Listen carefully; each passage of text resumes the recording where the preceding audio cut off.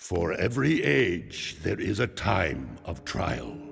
The rocks faced such a fire before they were the strength beneath our feet. The plants braved vast winds before their roots could give us life.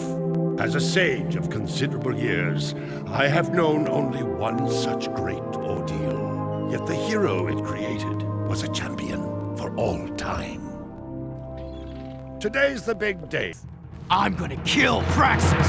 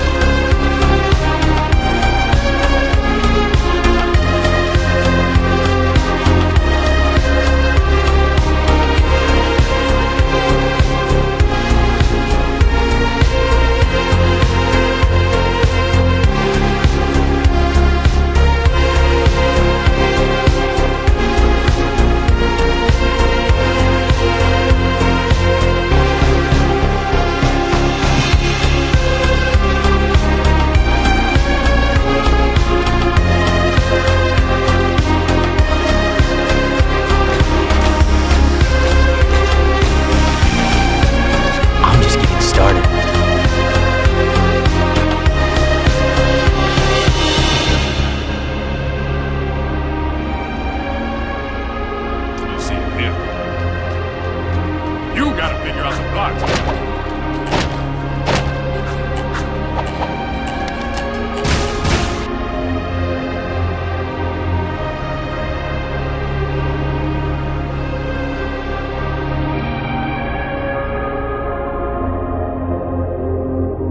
I got 30 keys of high explosives strapped to my back. Great.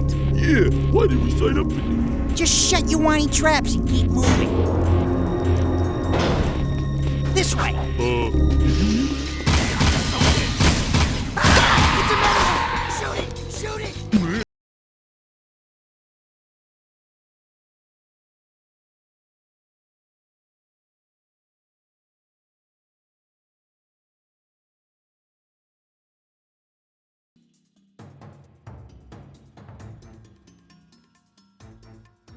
Jak II. Wow, I can't believe it's been 20 years. What a product of its time. The sequel to the widely successful Jak and Daxter The Precursor Legacy, developed by Naughty Dog and published by Sony Interactive Entertainment. In today's very special documentary deep dive video, we'll be taking a look at every facet of Jak II. This includes my thoughts on the game, this includes the development of the game, this includes the release of the game, the reception of the game, the current state of the game, and so much more. So please, join me in my very special 20-year celebration of my favorite video game of all time. This is 20 years of Jak II.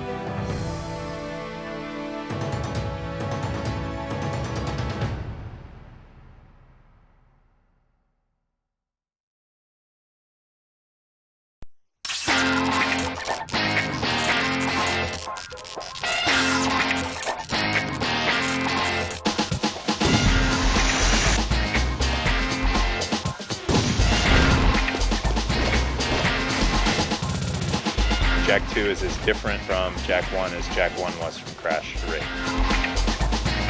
Jak speaks, he has personality. Jak now is a character as opposed to a poster cutout. But how long can that deal last? Jak II really, for us, has a significant amount of buzz internally, and we're really, really excited to be finally able to show it to everybody.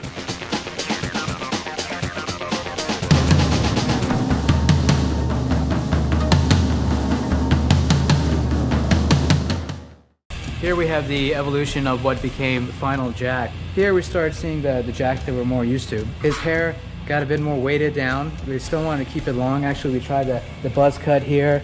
We tried various other looks, the locks on the side, the facial hair still is kind of sticking around. We kind of like this kind of look as well with the Rebel look and the old headgear and a bit added on. So we can see that Jak's been through some combat. He's beefed up and he's ready to go.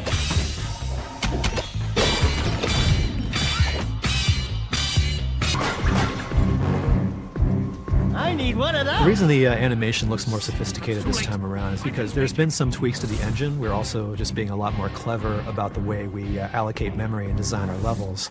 The most visible difference in the cutscenes is that our characters now have upwards of 10,000, 12,000 polys in them, whereas in the first game, the original Jak and Daxter, the characters would have maybe 2 or 3. The bottom line is what we are doing now in real time on the PlayStation 2 took an entire room full of computers hours to do as little as 5 years ago. We have a much greater amount of detail in the new game. We have single locations in our game that have larger polygon counts, equal polygon counts to some of the entire levels in the original game.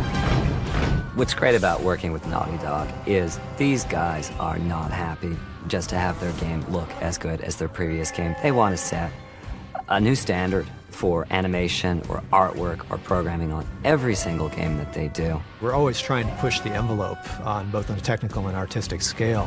Jak II is really a landmark title for Naughty Dog. We're really trying to create a cinematic feel that will set the new standard that other games will try to emulate, and that has more levels and different enemies. We wanted to change the player's experience, give them something that they hadn't had before, while still retaining the feel of Jak and Daxter. That's right. Don't mess with the sugar. In Jak II, we were able to build upon what we had created before and go in all new kinds of directions and create things that would not have been possible with the original engine because we had such a great starting point to work with. We wanted to really up the ante in a number of different realms. First of all, we want to put a lot more things on screen, enemies that were attacking you, things moving around, so the player had the real feeling of being in an inhabited world instead of just a pretty world, and that adds a lot more options in terms of gameplay. Let me handle this, Jak. Watch my finesse and style. This story is a much more complex story than the original Jak and Daxter. We're exploring a large number of more adult themes. There's bigger, greater evils around you, and there's betrayal and love. This is not just a kid's story. This is a story with a much broader reach. Jak has really done a lot of growing up this game. The plot actually starts out with him spending some time in jail, and he becomes hardened, and when he emerges, he's definitely changed. We're not doing anything until you tell us why metalheads are trading with the Baron's forces. I should have had you both kneecapped, eh? We knew what kind of character he was going into the first Jak and Daxter, but now we really have the opportunity to really develop his persona and his character. There is a very volatile element to this universe, which is the dark eco, and now we start to see how that's affecting Jak. In 2001, we were designing a character that we hoped would be older than a Crash Bandicoot character, but we still wanted to keep him young. This is a different Jak. He goes to prison. He's angry. I want information. Where the hell am I? Jak is definitely not the character action game hero of the past. But it's more than just changing Jak. Everything in the game has changed. You'll look at this and you say it's still a cartoon. But if you look at, for example, how we would do a warrior in Jak I and how we do a warrior in Jak II, you can see that there's a great deal of difference in just the seriousness and the realistic proportions and things between the two characters.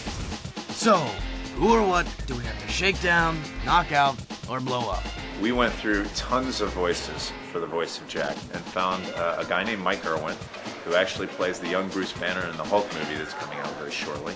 And I think we really picked something unique for Jak. He has a youth, but at the same time he has a maturity, and hopefully that voice will work for him across 8-year-olds to 80-year-olds. It took us a long time to find the right voice for Jak. But Mike Irwin, I mean, if there is a person in the real world that is Jak, it's Mike Irwin. We've done what you've asked.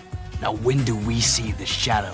Max Casella has returned to reprise the role as Daxter, and he is just a goldmine for us. This could have a serious impact on the lady factor. He's a bit grown up now because he's now in the big city, and there's a lot of big city vices for him to experiment with. Hot. And wait, I've seen you before. Shh, I'm Tess. Play along, and I may be able to get my hands on a few secrets. Ooh, I love undercover work, baby. We were always just thinking that basically the abusive Daxter is the fun of this game.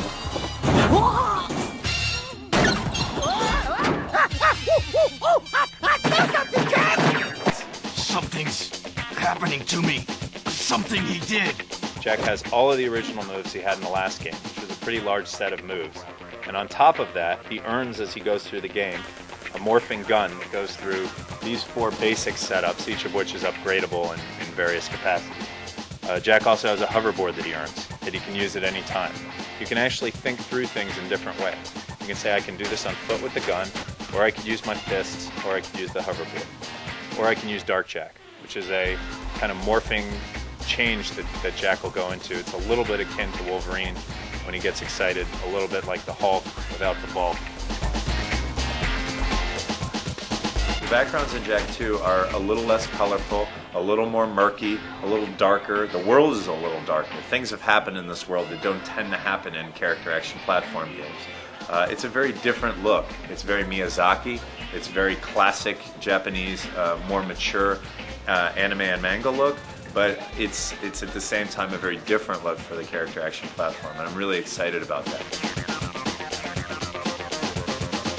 For the first time with Jak II, we've had a change of heart on the music, and we've gone from what used to be just straight looping, spooling music into an interactive soundtrack. And the track actually changes based on how many creatures are around you, whether or not you have the hoverboard out, whether or not you're using the gun, whether or not you're in a really tight situation, if there's a time challenge or anything like that. The music actually changes as you're going through the game. Word is you're out to join the fight for the city. The city's kind of a central role in this game. It's an absolutely massive area. It's 24 times the size of the biggest Jak I area. It's taken 2 people a little bit over a year and a half to complete by the time it's done, modeling full time. It has to be the largest, densest area ever modeled for a game. It has to be, because it's absolutely massive. If we don't get the kid back on the throne soon, there may not be a city left to defend. Jak II is really the culmination from a character action standpoint of getting plot into a game. What we used to do, which was create levels and then create a story that went around the levels. Oh, well, why are you doing this? I don't know, come up with some excuse. We've started with a story and then created levels that fit the story. So story really is the primary driving force in Jak II.